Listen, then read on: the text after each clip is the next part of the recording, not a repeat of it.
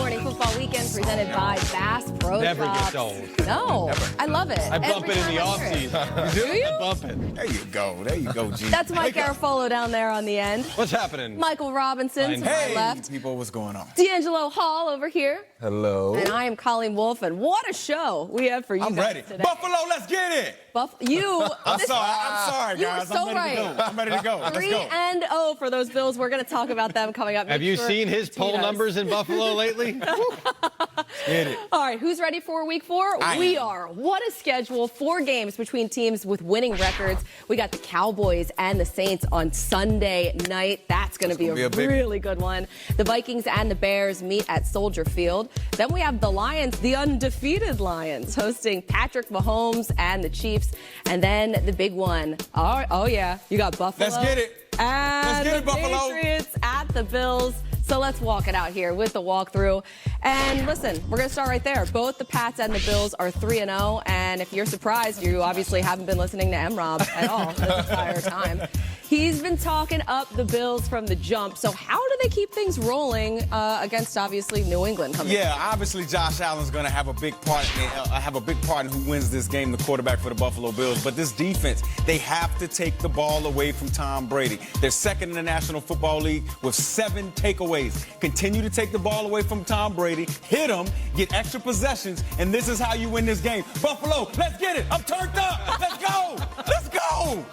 Y'all ain't fired up. No, we definitely are. You're like Colleen at Lambeau post-game with the Eagles fans around. I don't even know what you're talking about, GZ. Please. All right, we got the Browns and Ravens both coming off losses with their young quarterbacks. Lamar has been playing lights out, but Baker, not so much. So, D. Hall, does Cleveland's offense get back on track this week? You know, I think they do get back on track. It's about Baker Mayfield not making the mistakes, not trying to force anything downfield. And a lot of that has to do with Freddie Kitchens. Like, I watched that Rams game. Freddie Kitchens, when he came out initially with all the RPOs and running the football, they were able to make some throws downfield. And so, can he protect Baker and not give him too much too early in that ball game? Because I think this offense can get back on track, but Baker has to limit the mistakes and the turnovers. Don't audible to a draw at the end of the game. No, I don't think that really works out well.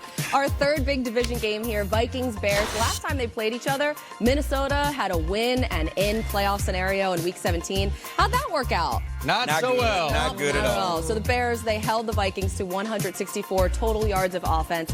GZ, how's it going to go this time around? I don't know. If I really knew, I wouldn't be here. But I'll take my best guess for you. We've got the number 2 rushing offense at 193 yards per game against the number 5 ranked run defense at 68.7 yards per game. The old something's got to give here, Mike Robb. By the way, the number 1 ranked defense, the Patriots, 36 rushing yards allowed per game. We'll get to them in a bit. But here, you're going to have a Bears defense that's going to try to make Kirk Cousins beat them with his arm. We shall see if they get it accomplished. Akeem Hicks up front is questionable for this game. I think he's got a shot to play, though. All right, we'll keep an eye on that for sure. And finally, Sunday night football. Dak Prescott and the 3-0 Cowboys taking on Teddy Bridgewater and the 2-1 Saints. Both teams trying to make a case to be the best team in the NFC. So we're going to bring in Jane Slater. She is in New Orleans today, and there you're taking a look at it right now. Jackson Square. I've never been to New Orleans, so I'm not familiar with the area. You, of all people? Can you believe it? You, of all people, has never been to New Orleans? No, Jane, I want to join you there right now, so I'm glad we can join each other like this. What's up? What's going on right now with the Saints and these two teams as they prepare to see each other tomorrow night, Sunday night? I'm actually a little shocked. I'm with the group that you, of all people, have not been here. When you come, we'll go ahead and go to Cafe Du Monde, which is right next to me, and we'll get you some powdered beignets. But ahead of that game, there are a ton of Dallas Cowboys fans. I was on that 6 a.m. flight yesterday getting here, and even as I'm just here at 7, it's 8 o'clock in the morning here in New Orleans. You're seeing the Cowboys fans on the street. There's a lot of excitement surrounding this game this weekend, and especially when you consider that Teddy Bridgewater is starting at quarterback for the Saints. Now, head coach Sean Payton had a lot of praise for his quarterback. He said he really liked his coolness in that game. You know, the fact that he settled in on the road against Seattle. And, of course, it's going to be a different scenario when you consider their home in the Dome. They do so well in that environment, and Teddy talked to me about that even on Friday. But with that being said, I did go to Cowboys quarterback Dak Prescott this week, and I asked him, are you seeing any similarities? You once filled in for a guy like Tony Romo, a guy with a storied history, and were basically called upon to step up. And he sort of dismissed this idea of sympathize, which was the word I used. He said, you know what, when you've got the keys to the car, you don't care if you've got it for a week or for the rest of your career. The key is, what do I do now? And so that's going to be Teddy Bridgewater's task against the Cowboys on Sunday night. Should be a good one. Yeah, Jane, we saw Teddy manage the game up in Seattle, and they did get the win, so we'll see if they can do it again this week, Jane. You know what? Sometime we're going to go to New Orleans together. It's going to be great.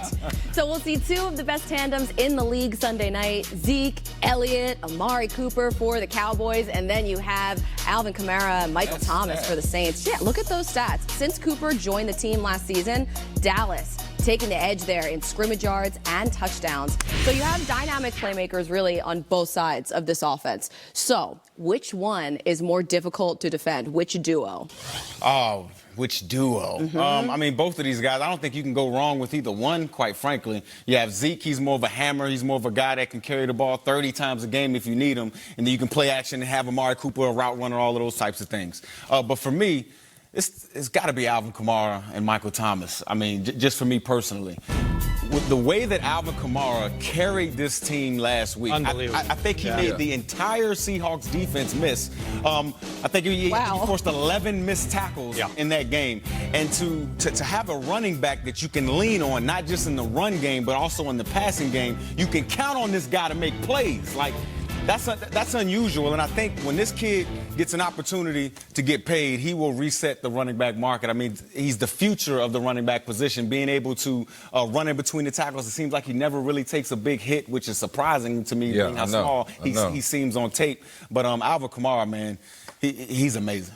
Yeah, and I'm saying Alvin Kamara and Michael Thomas too. I'm going to say probably more difficult to contain is probably Zeke and Amari Cooper. But I think in this matchup, in that dome, those two dudes going to be rolling, man. The way they use Michael Thomas and Alvin Kamara is special because everyone knows they're getting the ball. And that's the thing. Like, even I remember playing against these guys, and we knew Alvin Kamara was getting the ball. We knew what plays they like to run. But the way Sean Payton disguises things and switches things up, and he'll show you one play, run a completely different play off of that, and just kind of counter what he just did.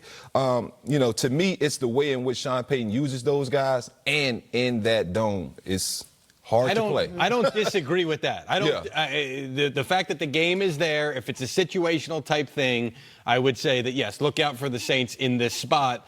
Cowboys going on the road here. Kind of like last year when these teams played, it was the reverse scenario. All of a sudden, the Saints were sputtering down in Texas. But in a vacuum, I'll say give me Zeke and Amari. And I can't get the first play of the season out of my head because I want to see this one because I'm looking at the Giants defense and the way they reacted. Hey, everybody got to respect that. On their toes. And then the Fred Flintstone as they try to pivot and turn back, and then watch the cornerback on the outside. He's got to turn to respect the deep. I mean, look at all the things you have to respect here. It just creates so much room. And now you've got Kellen Moore finally realizing how to use these guys right now. So I still think with Zeke, you called him what? The hammer? You got to come downhill, and you got to get there fast, and you got to be coming with a head of steam. Otherwise, you're going to be in trouble when you run into him. Especially when you take into consideration that the Saints' rushing defense has struggled. They've been one of the worst this entire season, 134.3 rushing yards per game they're allowing. Not and Ezekiel Elliott, it's almost like he's got the rust off now, that like training camp rust, because he didn't really go through training camp. So the last two games, they have been feeding him. That's exactly what it is. I mean, we're approaching the end of the first quarter of the season. This is the end of Ezekiel Elliott's preseason. It's about time for him to start getting rolling right now.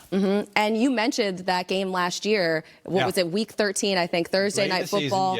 The Saints had won 10 straight games, and then the Cowboys came in, and that was it. So shut it down. Ended it. We'll see. I really do believe you're going to see it. Now, the only thing is, New Orleans played a really physical game last week. That defense came to play last week. They knew they did because it's the first game without Drew Brees. Can you keep that up for another week here? Can you keep that level of intensity? A lot of times that's hard to do. That's my only question about the Saints defense here. But I think they're going to show up and they're going to play. Yeah, and I feel like both teams sort of started slow in the first half in those games. So you saw sort of different guys stepping up, special teams and defense scoring in that first half. Special teams. Yeah, that was a big deal there. All right, so we have Teddy Bridgewater. Look, he looked a lot more comfortable, obviously, in his first start compared to last week last week he looked a lot more comfortable. They game plan for him. Yeah, they knew he was going to play. That really helps. Over 70% completion percentage, 2 touchdowns, no interceptions, passer rating over 112. So they just need him to kind of manage the game. Doesn't have to be a He's got to push the superhero ball out downfield there. just a little bit. He has It's to only take 6 shots. yards per attempt. That's